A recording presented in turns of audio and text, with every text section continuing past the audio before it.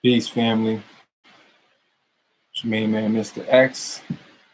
Put your hand on my pocket, giving you what you want to give you what you need. Got here the Million Family March, National Agenda, Nation of Islam's program plan of action, and public policies. This was from 2000 to 2008, and Million Family March was October 16th, 2000. This is basically the march that Brother Khalid Muhammad had a huge problem with in terms of the inclusion of it. I'm sure Mr. Farrakhan had a particular reason of why he decided to include outside entities other than black um, come to Washington, D.C. again. This video is really about, it's called Saviors Day 2019, Part 1. Story of Nation Islam. I don't know the story of Nation Islam. You have to ask Nation Islam member. I think there's too many videos about people, by people who discuss the Nation of Islam's business having never been a member. Now, a person who was a member, that's on them in terms of what it is they're going to exclaim and what it is that they know and what it is their interpretation of it is. I don't know.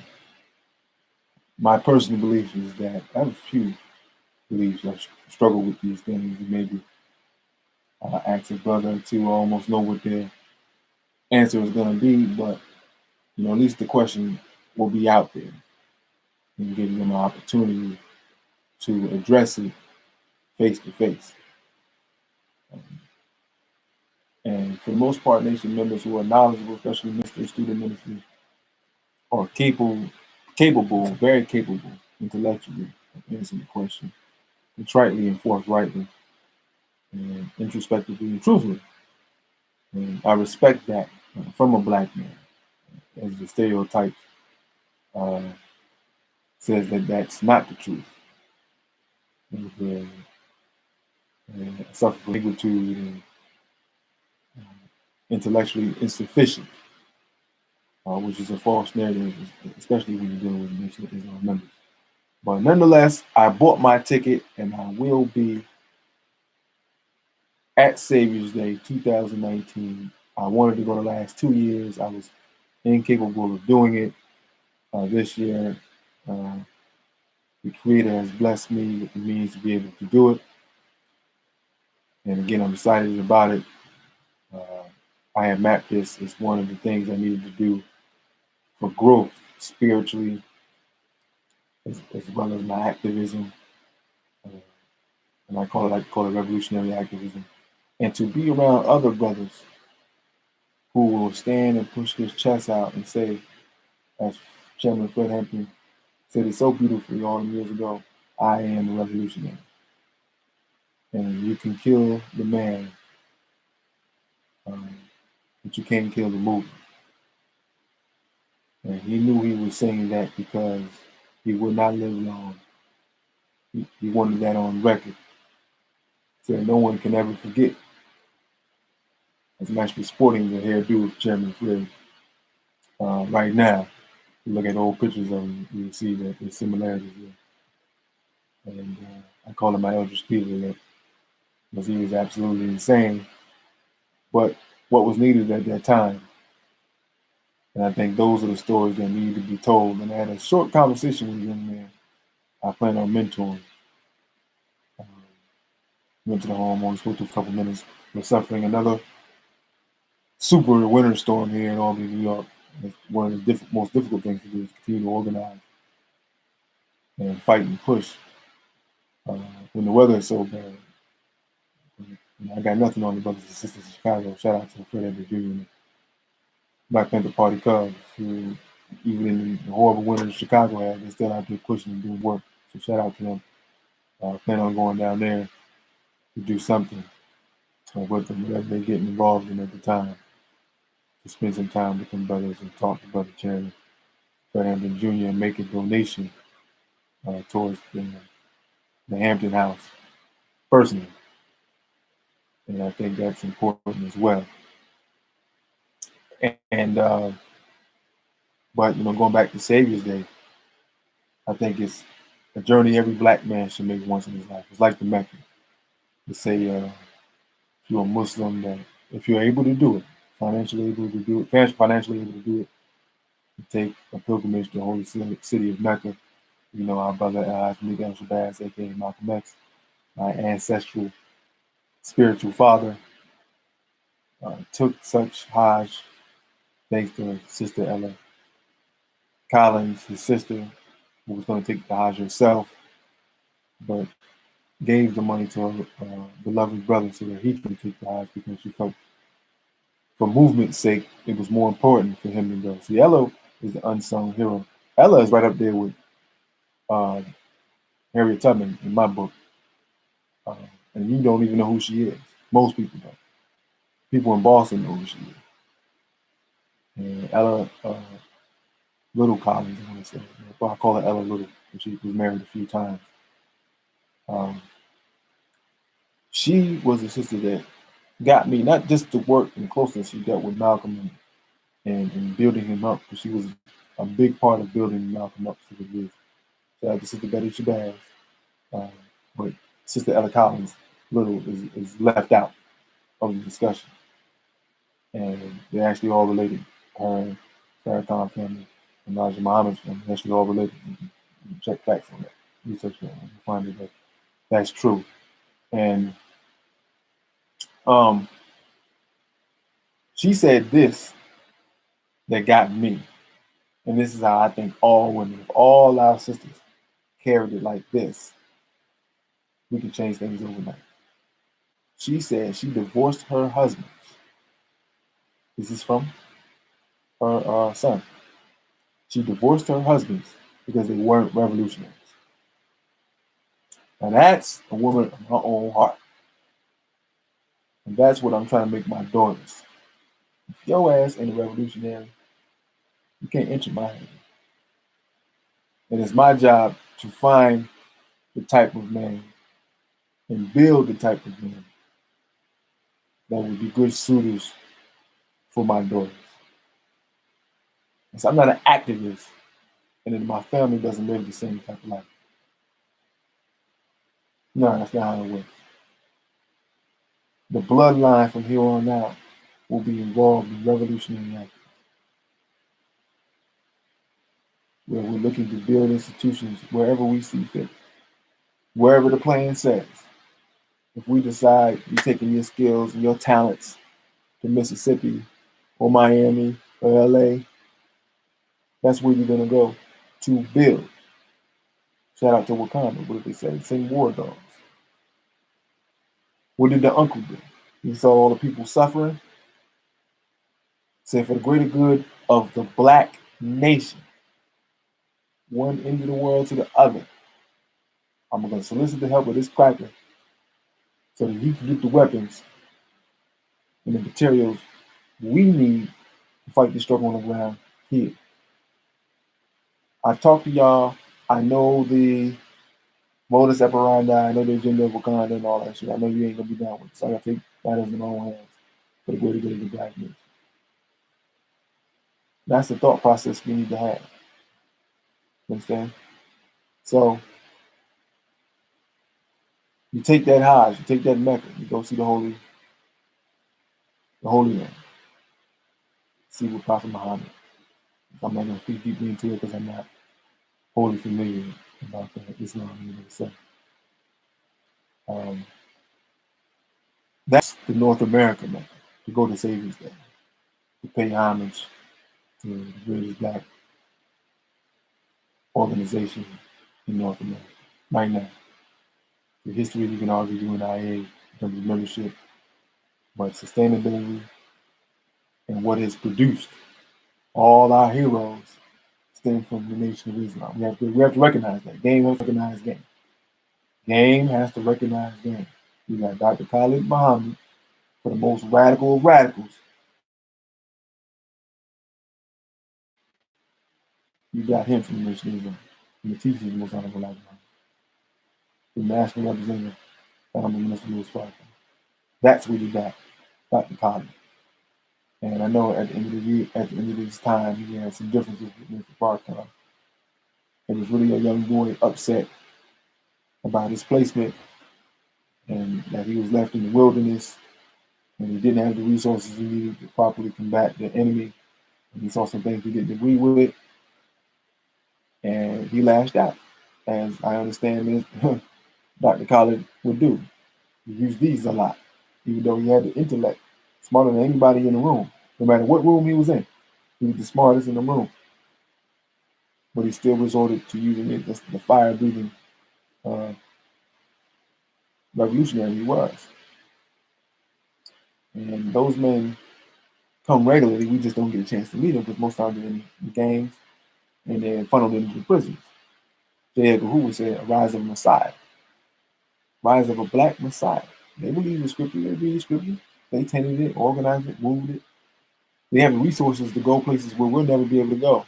Read the texts, and they'll see that it's all black folk, no white folk around. And every text says someone is coming. Someone is coming. It's an action that's coming from the east. And it's a metaphor. Through the divine legs of a beautiful black woman, the Savior will come. And that Savior could be me, you, anybody. They don't know. But it will be a black man. And they're trying their damnness to prevent that from happening. In all ways, shape, form, and factions. And it's great to go somewhere where we can discuss and build on it. Where ain't no coonery where you talking about, I don't know about that, brother. I don't know, brother. I don't know. We building on it.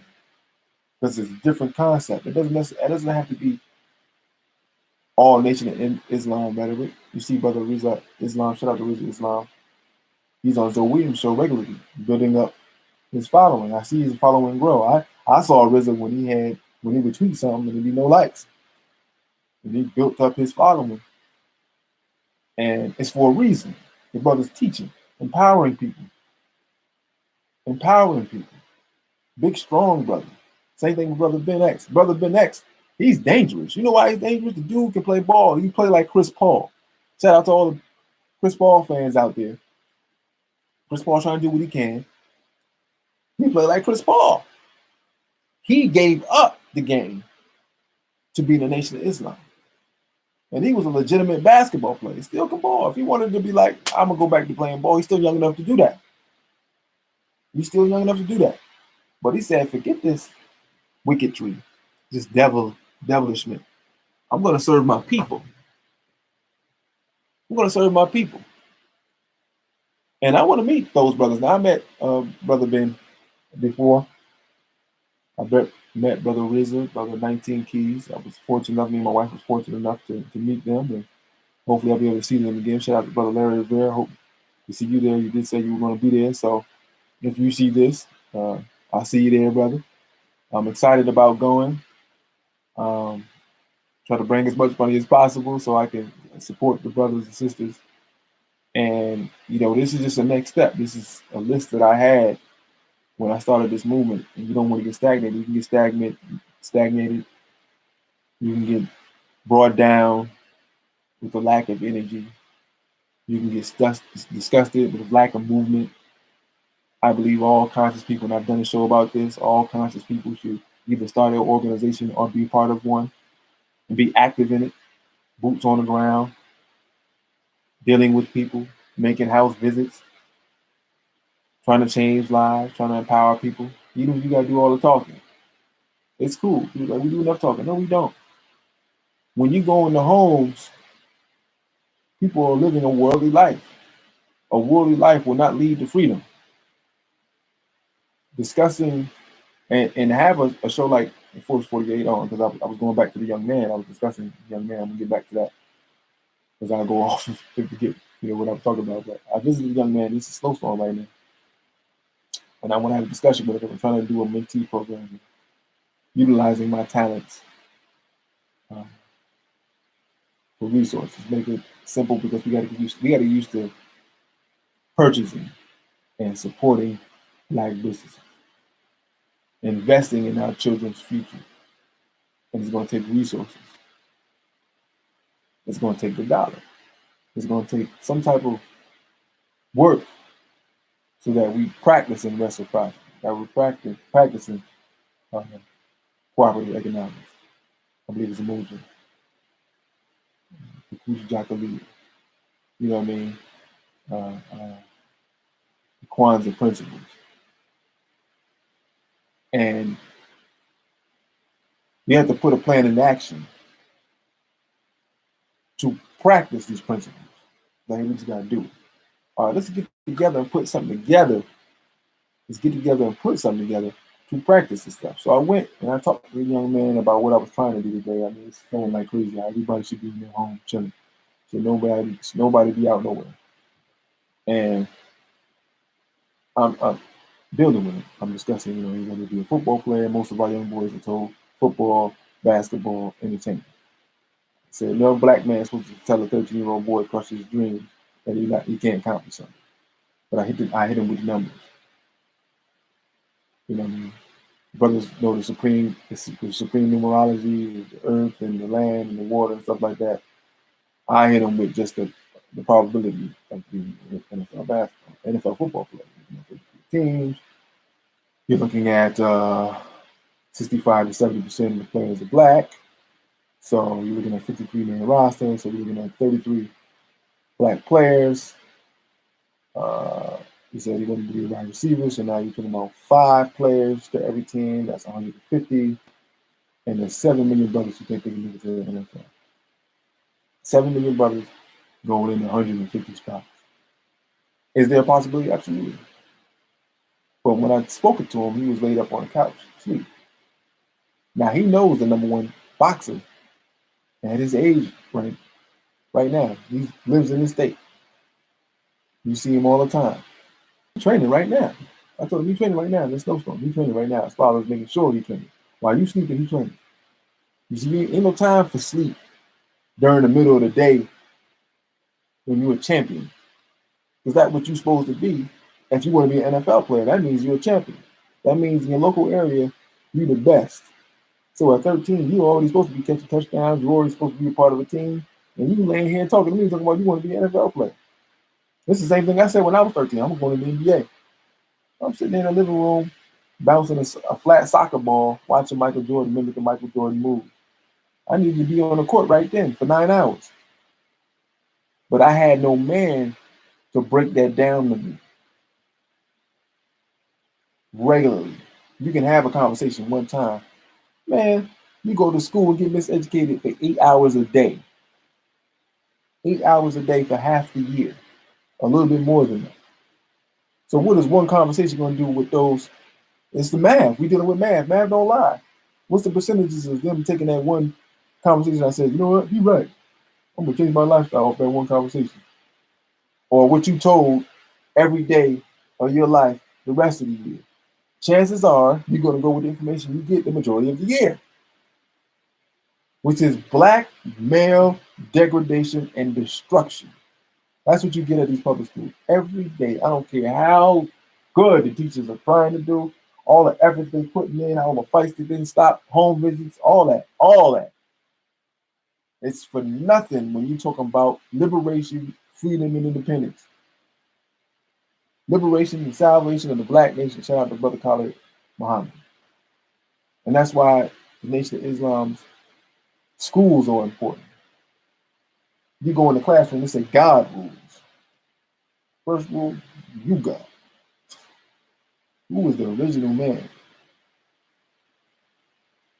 Shout out to Jamar Milton. I forget the song. He said, I am the original man. He broke that down in our interview. I haven't released it yet. I told him I would, but I'm having so many computer problems. It's disgusting. I got this old MacBook. It take forever to load up. My apologies, brother, but I'm going to get it released. But we did it on 107.3 FM, the Arts, WCA, and did a lot of shout outs. And it was a dope conversation. I got excited when he broke down. I was like, think about how you feel if you listen to that song all the time. I am the original man. and you hear the song, obviously you hear the lyrics, so you repeat the lyrics and you say, I am the original man. I am the original man. Not a nigga, not a bitch, not a faggot, not drinking lean, not dunking a basketball. See, people don't realize Shaq in his first album has some real dope lyrics in his songs. I'm young, gifted, and black. But they don't say Shaquille in there to make it scream Shaq. You know what I mean? So Shaq was at least had some conscious lyrics within his first album. You go through that first album, nothing was denigrating. He got some skills. And then, I mean, that's Shaq. Shaq is an athlete. You talk about rappers and hip hop artists now, they're not nowhere near saying I'm the original man. Shout out to David Banner.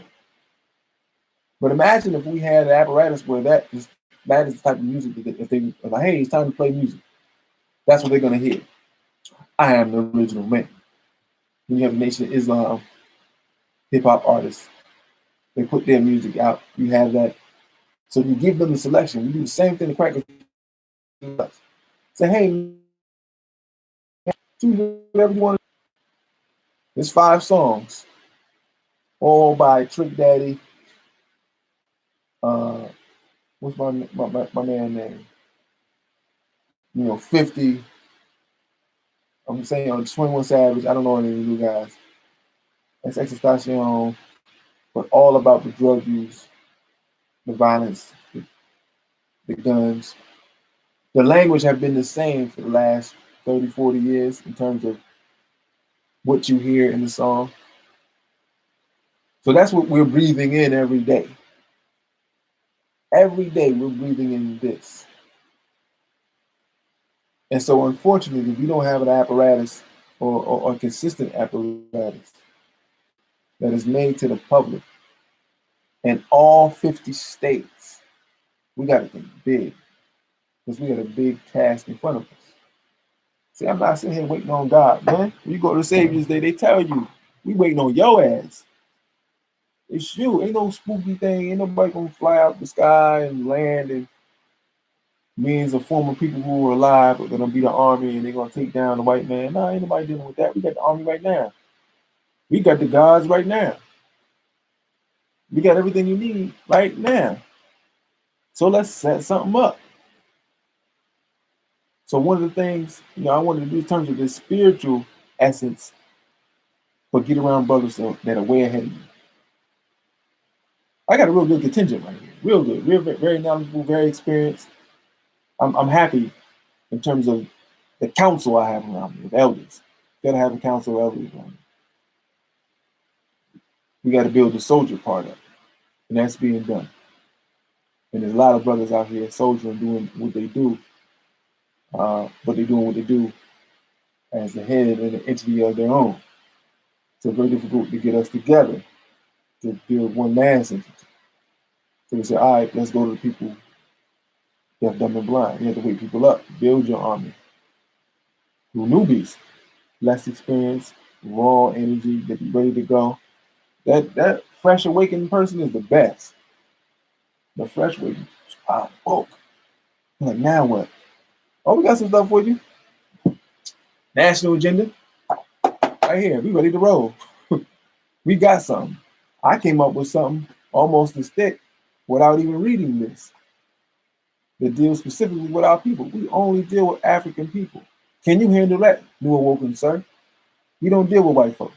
Not one iota. As Malcolm X said, no white folks allowed.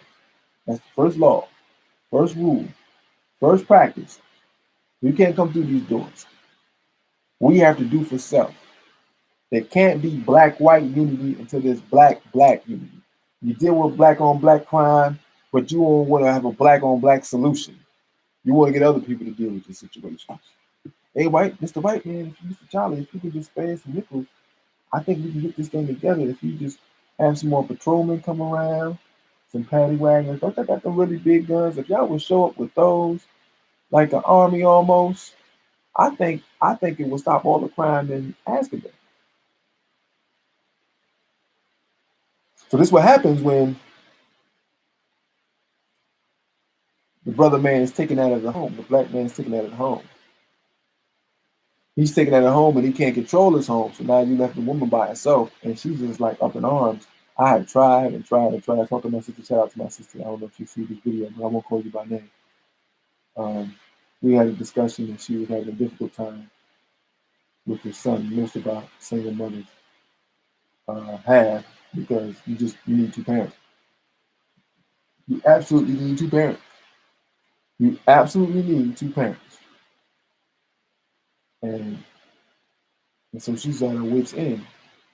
He's at the age right now where he's pretty much rejecting formal education. He's a genius.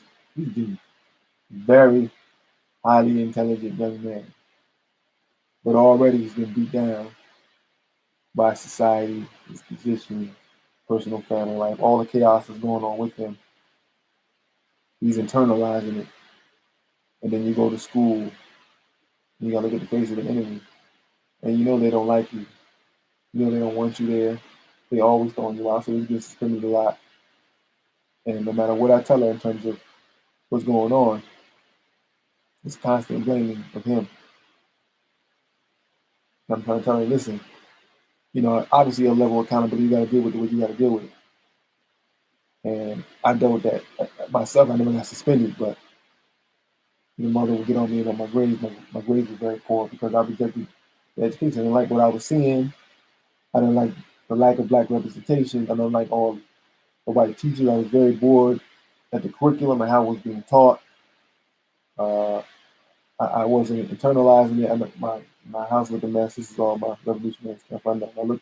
I look a mess right now. This is the guest room turned into a studio. Y'all can get on me. That's fine. That's cool. Now, if y'all selling anything, get at me because I'll support you. But if you get at what I got in my in my guest room, I ain't buying shit from you. Shout out to 125th Street. I got this hoodie here, Malcolm X on it. Shout out to Sister Shabazz and the family. I deal with Malcolm X's direct bloodline. And it's part of my responsibility to help with that sister, because if I call Malcolm X my ancestral father, then his bloodline is kinsman. And if one is near me, then I should do what I can to help them. I mean, those so-called conscious people who shout out names of individuals but don't really do anything for the family. You gotta have rules and parameters of this stuff in terms of what you're doing, but that's an entirely different show. Again, just building in terms of what we need to do and the parameters and statutes and the structure of the conscious community of brothers need to adopt. Young black men, they need to cultivate them. They're their sons. If you're really conscious, if you really woke, every black boy you see as your son. You literally want for that child that you want for your own children. There's really no difference. You really can't see no difference. And I'm really at that point. I don't see no difference. I see a young black boy. I see my daughter. I want the same thing for both of them. Now, obviously, you got to be realistic and take into account what you got to take into account. This whole system of society is poison. Anybody born into it is poison. And you have to inoculate everybody. And that's the process. And it's a process of responsibility. And so I have to take certain measures to protect my family. But yet and still, the work outside of the house needs to be done, because eventually your children grow up and go outside the house. Your wife goes outside the house. You know what I'm saying? So you have to make sure you put in that work. So you say, dang, I said F the community and stuck with my own family, and then the community bit me in the ass. And you can automatically be like, you can just easily do that. You can easily blame us. But I like the stance Khalid Muhammad took. He said, no accountability for our people. Ripped away completely. Robbed knowledge itself. Robbed from the cultures more ways than four ways. The homeland, the bloodline, everything. So if you want us to take responsibility, full responsibility, you have to give all the things that you've taken from us back. All that shit that's in the Vatican, that's been stolen from us.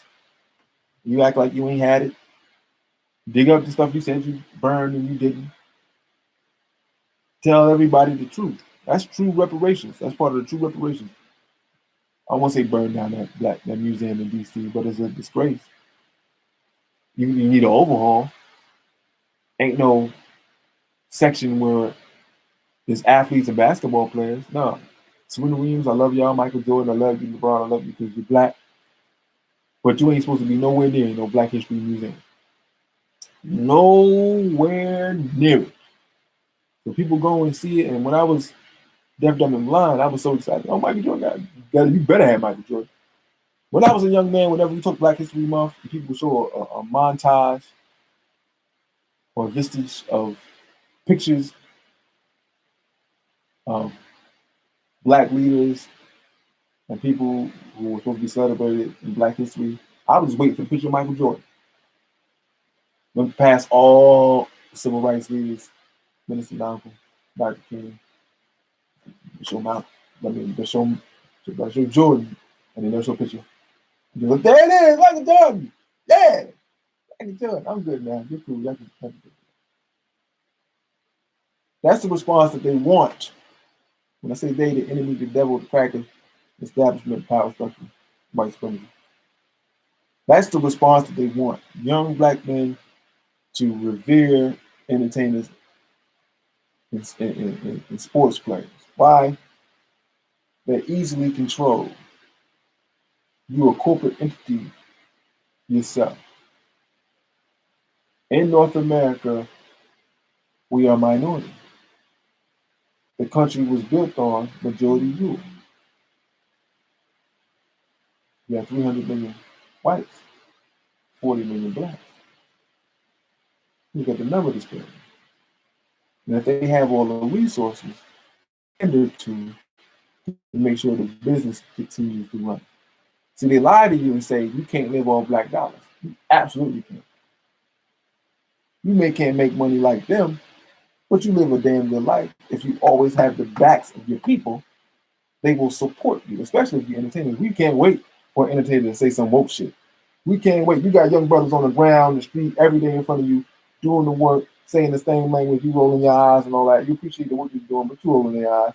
The moment Rihanna say some shit that I said last week, oh, go ahead, Riri, share, like, and we understand that these people are pushed in front of you with their talents. Rihanna got some talent, and they're pushed in front of you, and they become popular because of your support. Rihanna put out great music. I will say that she put out great music, and you got her crew, and you got the Beehive and Beyonce. But they're zealots to do whatever they want. I love zealots. They got eyes on Beyonce. And so she had the situation where she could just point a finger. Boop. Keep that motherfucker right there. Beehive. See, that's what we need. And I appreciate bringing it all the way back. Minister Farrakhan, during his careers, taking the defense of certain entertainers and sports figures when no one else would defend them. See, I used to do something on a much lower level, as a child. I like people when they were unpopular by the dominant society. It was revolutionary. And since when people started hating Kobe, I loved him more. When everybody absolutely hated Allen Iverson, or he started to slide a little bit, that's when I became a fan of him. You know what I'm saying? Muhammad Ali, obviously I wasn't alive when he was throwing punches and jabbing the hell out of people. But one of the things that was appealing was that the establishment didn't like him. That was part of the hate group, the Nation of Islam, the black Muslims, discredit, dishonor, disagree, lie. And he continued to knock people out. So my name is Muhammad Ali. Don't call me Cassius Clay. It's not my name no more. It's my slave name. I've renounced that. I acknowledge it myself. I'm a god. You will call me Muhammad Ali. I'm gonna call you Cassius Clay. Oh yeah, you can call. Okay, watch when the fight starts. I'm not stand up. I'm not gonna knock you out. I'm not gonna. I hate to do this to you, man. White folk will do it. I hate to do this to you, man, but take that with you, and take that with you. So go back to Minister Farrakhan. He would take the stance of different entertainers when they were down on their luck and they needed a voice, a powerful voice to build them back up. That's the position he has to have. If he ever got mad with any one particular person, you probably wouldn't see that person no more. So you know he has to be careful with that.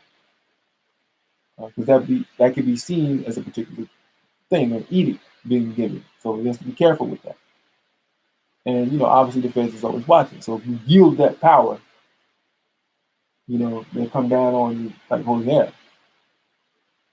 So you have to be strategic. I respect that point as a general and a controller and a leader of a nation that builds men. Proof is in the pudding. I will say I do have a disagreement, in all due respect, in the stance of homosexuality. And hopefully when I get there, I'll have an opportunity to discuss it with some of the brothers.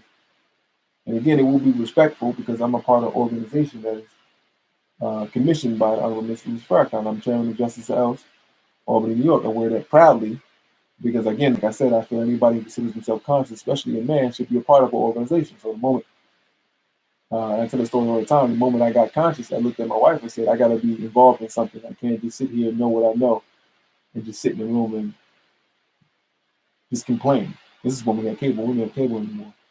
Before it was an economic thing. Now it's lies. Like lies. White supremacy, like President wait. I got my daughters and I don't want them seeing white. I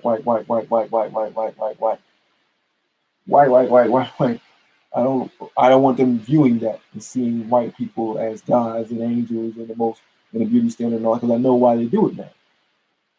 Because in 2019, you should have more color. Yeah, they give you color. Go to Netflix. They give you all the negative you want. The oppressor's not going to release oppression. He's never going to teach you to gain power so you can take it from him. It's not going to happen. That's just facts. So, again, in terms of the stance, maybe hopefully we have that discussion. He has to take that stance. And I vehemently and respectfully disagree. I do. I think a stronger stance should be taken, considering what we have coming down the pipe. Shout out to Straight Black Pride. I don't want to get divisional or tribal. I want to work with anybody who is willing to destroy the system of white supremacy, and anyone who sees the general lethal threat homosexuality is upon our community, pedophilia is upon our community, and the state's push societally and in our small nation that we have to push homosexuality and normalize it in our community. There's a bill, HR 222, I believe, 262, I'm sorry, it escapes me right now, that's out there. They're trying to just basically legalize pedophilia. That now you can just decide who it is that you want to be with, regardless of their age. And we know being with someone under 16 legally is rape. And at this point in time, they're trying to eliminate that because there's a plan and a plot. And there's proof behind it. There's organizations behind it. There's powerful people that put a lot of resources behind it to get this push. Millions and millions of dollars be pushed to put this curriculum in our schools. We got people who are hungry in schools. We got people who are homeless. We have environmental problems, all these things that affect our people specifically. But we think, or I won't say they think, the United States government, the white man believes that it's more important to discuss gay sex with 8 and 9-year-olds than it is defeating them. And then now you can't deal with private entities. You can't say, look, this is our organization, this is what we want. And if you can't live by this criteria, if you can't study this criteria, you can't live, or roll with this type of criteria, I'm sorry, this is not for you. Now you can't do that, it's illegal. So it comes right directly into your home. And Mr. Farrakhan has been,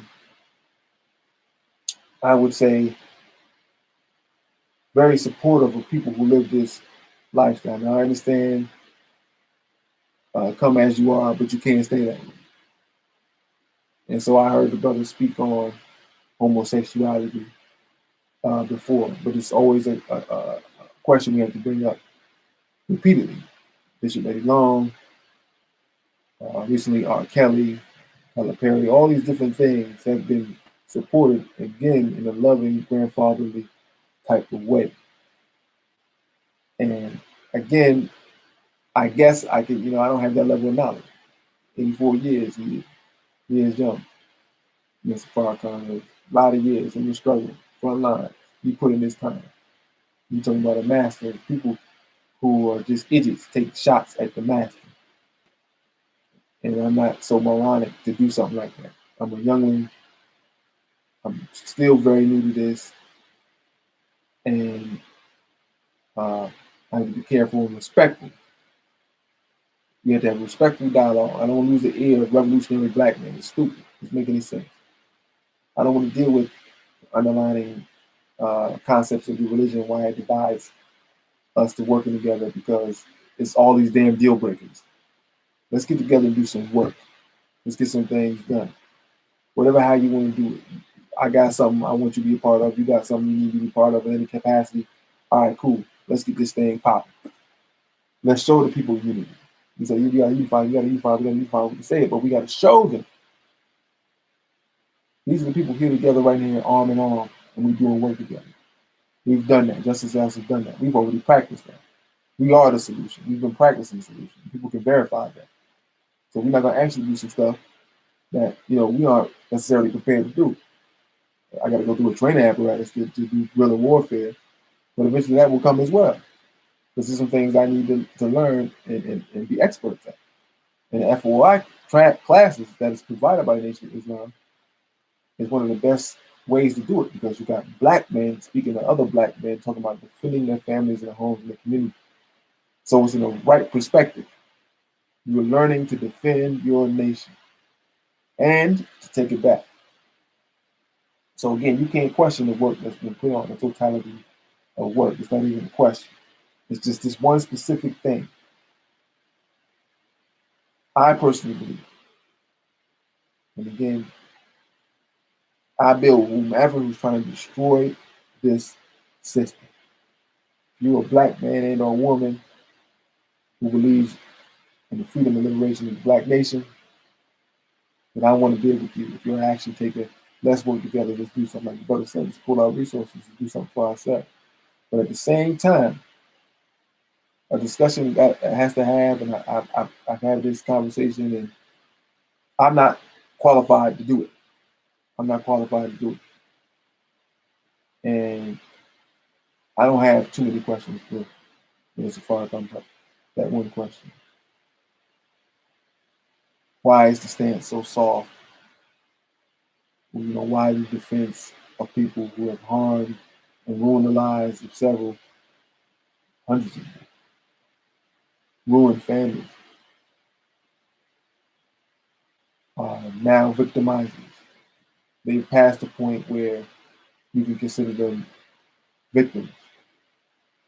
There's an empathy and sympathy we need to have, but at some point you move past that with your actions. Whether you know or not, does not matter. That, okay, this has gone too far, unchecked, and some type of repercussion or consequence needs to happen. It doesn't have to be public. I ain't into uh, public style executions and things of that nature. We need to handle things behind closed doors. We do too much out front. And I know things are done behind closed doors nobody ever know about. And that needs to be the mainstream consciousness. That's the code. To deal with our issues privately and effectively. Ain't too many press releases going to be made in terms of what happened. Just understand the situation is dealt with. And we're not gonna talk about it no more. We're gonna move on. Understand this is our law and code. When such violations are made, this is the expectations, and then we will leave it at that. We will not personify it any further, or personalize it any further. So again, when you're dealing with pedophile, known pedophile, and homosexual, R. Kelly's a homosexual, and the society stand on homosexuality and what it's trying to do to the community, the feminist movement, all these movements that have black faces in front of it, but that's white power, continue to push and self-hate. These people have an economic stimulus package provided to them by our very enemy. And if you look in their personal background, you see that they have anti-black male vitriol whether it be a black man or a black woman. They pick the right ones. So when you get into their psyche, this black man did this to me, this black man did this to me, and I hate black men. Even though some of them want to look like one, which causes to the confusion. It's a sickness. It is. Put upon you. It's been a sickness put upon you. Now, I personally believe women can be saved. I don't know so much about men. When men are wearing dresses and tucking themselves and wearing makeup and all that, I think they're pretty much gone. But the women can be brought back. There's examples of it. That women who are forthright and honest with their lifestyle, I tell you, no, I wasn't born this way. I was sexually assaulted. And this is I was raped, and this is why I behaved this way. This is the lifestyle I chose because I had such anger and resentment for a man, but at the same time trying to look like a man. And I always had that envy because it was robbed from me. And those are the things that we need to provide for our people because we need so much help. We had a discussion on Saturday, this past Saturday, on 107.3 FM. The arts, shout out to Brother Aaron Jr. And the brother was going to give up. Sorry, brother, I keep the name slips my mind. We discussed mental health. And what happens, we have these aha moments while we have an interview or discussion, which is good. Again, I like the discussion. They said, you know what, man, the problem with black community is mental health. Yeah. And everybody agrees and all that stuff because they still want to get away from the spider. They still want to get away from the spider. And when I'm in your presence, I will not let you get rid of hide from the spider. I won't let you do it. The spider is white supremacy. The spider is the white man. The Trilateral Commission. The Illuminati. Whatever you want to call them. You know what I mean? The skull and bones. Whatever you want to call them. That's the spider devil. Can't forget that. That's the spider. And it has to be dealt with. So you can talk about different parts of the web that's trapping us. That's fine. That's to make you feel like yourself out. But in reality, if you knock down that web, that spider is just going to replace it. That's all. He's just going to replace it. He's like, damn, I swear I knocked this down. No, he didn't. It's replaced.